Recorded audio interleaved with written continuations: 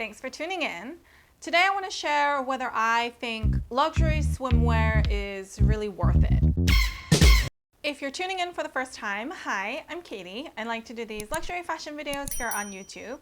I share hauls and reviews, but at the end of the day, I share my journey so we can all mindfully curate our own collections. If you like what you're seeing, please subscribe to my channel, like this video, and leave a comment down below with your thoughts on luxury swimwear. All of your support really means a lot to me. The short answer is no, I don't think luxury swimwear is really worthwhile. So if you wanted to click off the video and you were done watching, that's going to be the net takeaway, so feel free to click off. But honestly, it's not that black and white, and it's a little bit more nuanced than that. And I also want to talk more about other higher end swimwear brands and whether those swimsuits are worth it, you know, compared to something from like Target, let's say. So of course, there are these super high-end luxury brands like Chanel, Louis Vuitton, Fendi, those brands that make swimwear as part of their collections. And then there are those higher-end brands like, I would include Zimmermann as part of that. There are some I don't know how to pronounce the French brand. That also makes a lot of swimwear. Hunza G is one that at least I had heard of, I think starting last year. So there are a lot of those brands that are also like creating swimwear, and they're definitely at a higher price point.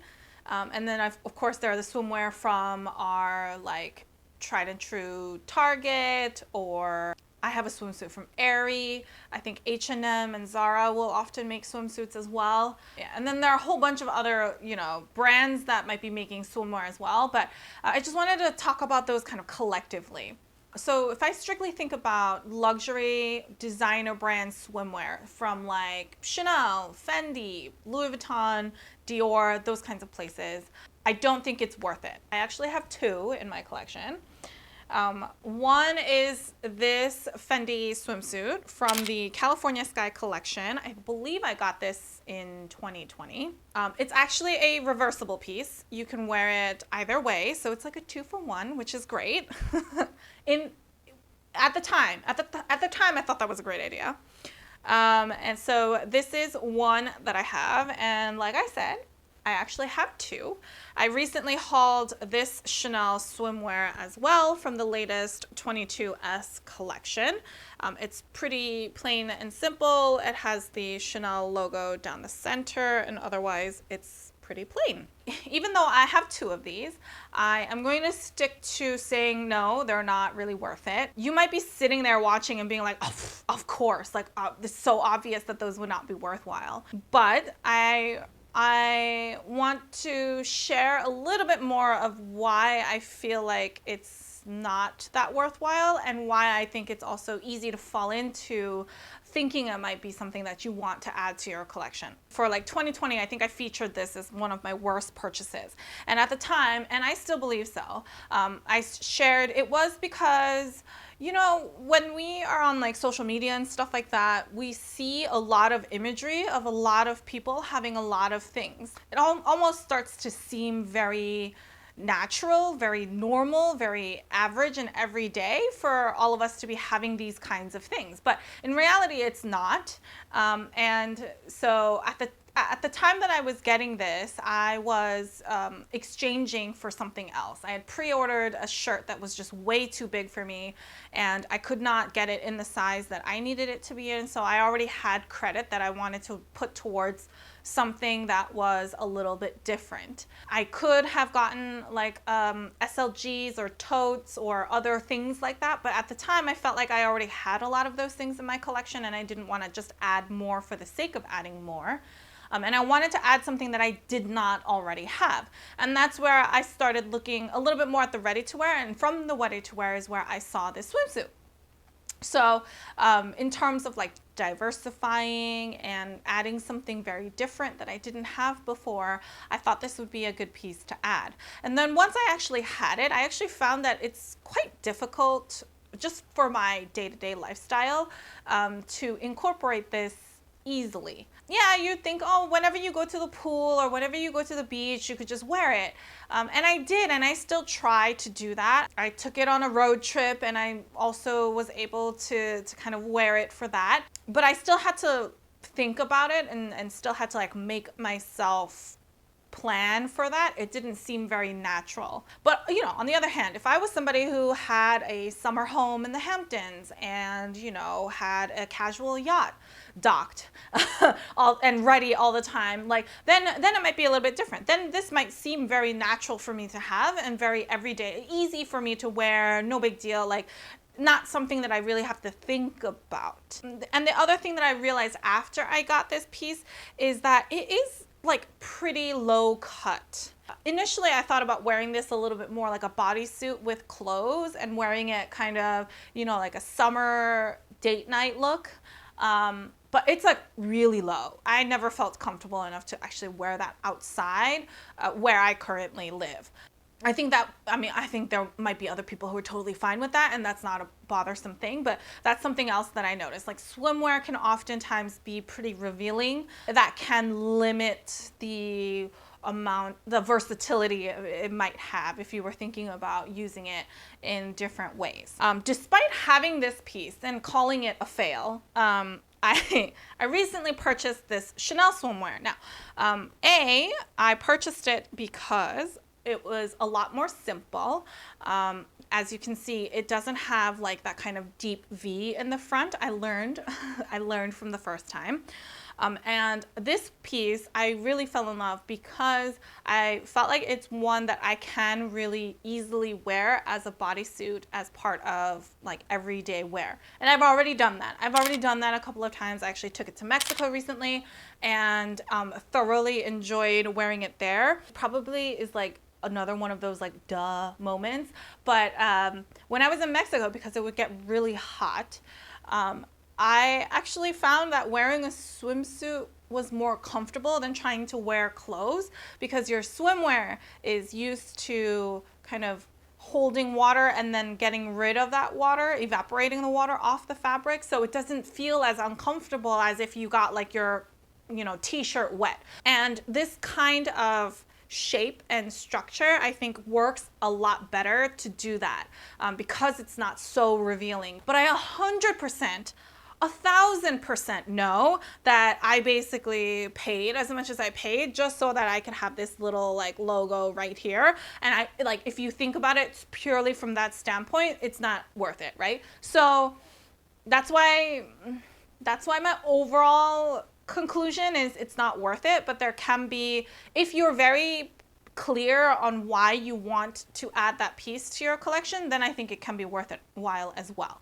It's just not something that I think makes sense for everybody. Like, here's the thing. I don't have the biggest collection in the world, but after a certain point in time, you, like, at least I got to a point where I felt like I hit a wall. Like, I didn't want to add just another SLG. I didn't want to add another handbag necessarily. And sometimes the handbags are astronomically expensive. And it's like, I didn't necessarily want to spend that much money, but I still want something from the collection. I think that's why I'm starting to look a little bit more towards ready to wear. And even within ready to wear, not everything is that wearable or always going to be my style. So it starts getting to a place where like you sometimes you might be looking at interesting pieces or things you didn't think about, and then they turn into the things that you actually want to get. Like, I don't know, socks sometimes could be something that stand out to you, or swimwear, or, you know, Chanel also makes like beach wear, like beach bags and beach blankets, so like, or beach towels, I should say. So, you know, that could seem really strange to somebody else, but, you know, for someone else who feels like they're at a good place with their handbags and with their shoes, like, and they want to branch out into other areas, like, that might seem like a very natural next place to go. If you already have a good core collection and you started building out some of the more collector's pieces of your collection as well, then I think, you know, branching out to swimwear is okay, like, makes sense if you find one that you like. But like, I don't see swimwear as like a must-have category that everybody needs to have to feel like their collection is complete. There are so many other swimwear brands that make really good swimsuits that I feel like it's not necessarily to have to get them from the super, super high-end luxury designer brands. But I also find that some of the higher end brands like Hanzaji and some of these other places aren't always worth it either. I have this Zimmermann swimsuit that I've now had for a few years that I adore. Those are constructed really well. And the other thing that stands out to me, at least for Zimmermann swimsuits, is the patterns on them. Make them really fun, that make them stand out more. So even if I feel like I'm paying a little more because it's a Zimmermann swimsuit, I know I'm at least getting like that pattern, the uniqueness from the pattern. I have this other one. This is like another striped one.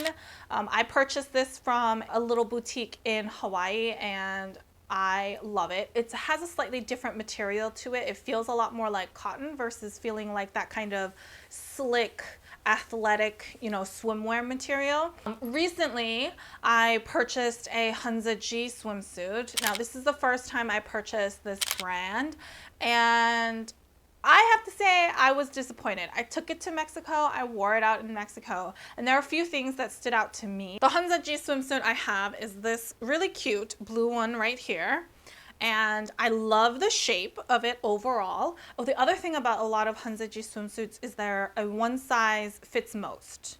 And so, you know, it's meant to just like stretch all over your body, and it does that part beautifully. Like from a comfort standpoint, there was nothing to complain about. However, this one definitely is still more of like a fabric, and it's not lined, so there's only one layer of fabric. I didn't find it to be too revealing or anything like that. But what I did notice was all I did was take off the protective, you know, there's like the little protective, the hygiene sticker at the bottom. And I noticed while I was taking that off that the fabric started to pill. And I was confused. I didn't realize this fabric would be that delicate. And also just like, why are you peeling from a sticker? Plus it's a sticker that you guys put on your own clothes as a hygiene protection thing. So why is the fabric pilling? I thought that was so interesting. Like I was taking it off, and as I was taking it off, I could see the little like bubbles forming, and I was just like, that's interesting. And the other thing that this really bothered me, and I don't know if I did something wrong. This swimsuit does not dry. It takes so long for it to dry. I was in Mexico and it was pretty high humidity, okay? So I fully acknowledge that I wasn't in the driest conditions. However, this swimsuit legitimately took me 3 days to dry it, and this one took like overnight, right? So I had to bring it back home slightly damp. I just, what was I gonna do? Like not pack my swimsuit? Like, but I left it out. I left it out for a while, and it just takes a really long time to dry. So just something else to consider, I guess, because, you know, if you are going to wear this swimsuit, try to wear it in the beginning of your trip so you have ample time for it to dry before you have to pack it back into your suitcase. I don't think I'd get another one, but I mean, I have this one, so I'll continue to wear it. Compared to that, this is like a swimsuit I picked up from Aerie, okay? Aerie is like, what, like American Eagle's like intimates line. So it's not even like, I'm not even necessarily the target market for it, okay? I'm probably too old for it, but I bought it a few years ago, and I still had it, so I took this. Like, works perfectly fine. You know what I'm saying? And it costs a fraction of what the Hanzaji one cost. So it's like, this works just as well. I don't think it's necessary to have to get super high-end luxury swimwear. Even in the higher-end brands, I don't think they're all worth it. And maybe some of them are suited for different purposes. Oh, maybe like luxury cover-ups could be another thing too, but I feel like that's a whole separate video, so we'll save that for next time. But let me know your thoughts on luxury swimwear, whether you feel like they're worth it, whether you have any, and how you use those pieces. Like, do you find that you know, get your cost per wear and it's worth it to you? Let me know in the comments down below. If you have any questions on any of these items or really anything at all, feel free to leave them down below or head on over to Instagram and I'd be happy to help however I can. If you like this video, please give me a thumbs up. I really appreciate all of your feedback and support. If you like this kind of content and you haven't already, please subscribe to my channel. I post new fashion related videos every Sunday and Wednesday. So until next time, bye!